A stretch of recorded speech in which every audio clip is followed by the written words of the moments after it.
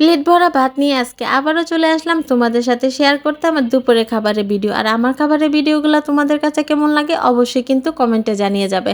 প্রথমে এখানে ছিল হচ্ছে একটা ভাজি, এটা হচ্ছে বাঁধাকপির ভাজি। আর বাঁধাকপি তো খেতে আমার বেশ পছন্দ।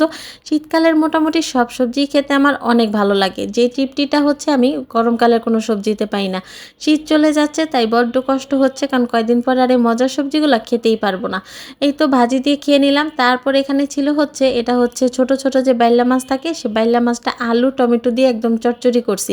এটা খেতে যে কি মজা হয়েছে! আর আমার তো ছোট মাছ অনেক পছন্দ।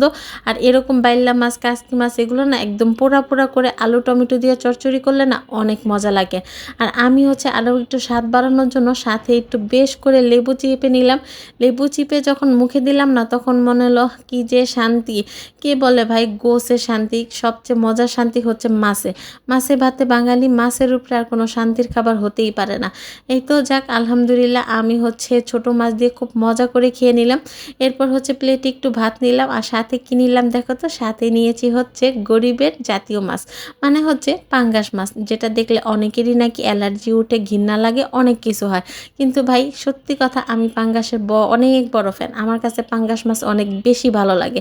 এটা হচ্ছে আমি একদম ঝাল ঝাল করে টমেটো দিয়ে ভুনা করছি, সাথে একদম লেবু চিপে নিলাম। আর মাছটাও কিন্তু অনেক ফ্রেশ ছিল। প্রথম নলাটা যখন মুখে দিলাম না, কি যে মজা! আর এই যে দেখেছো, এটা কি, এটা হচ্ছে মাছের কলিজা, পাঙ্গাস মাছের কলিজা খাইতে যে আমার কি মজা লাগে, অনেক মজা ভাই। এই তো মুখে দিলাম, কি যে শান্তি! মানে মাছের কলিজা খাইতে কিন্তু অনেক মজা, আমার কাছে কিন্তু বেশ ভালো লাগে। আর তোমাদের কার কার কাছে পছন্দ অবশ্যই বলবে।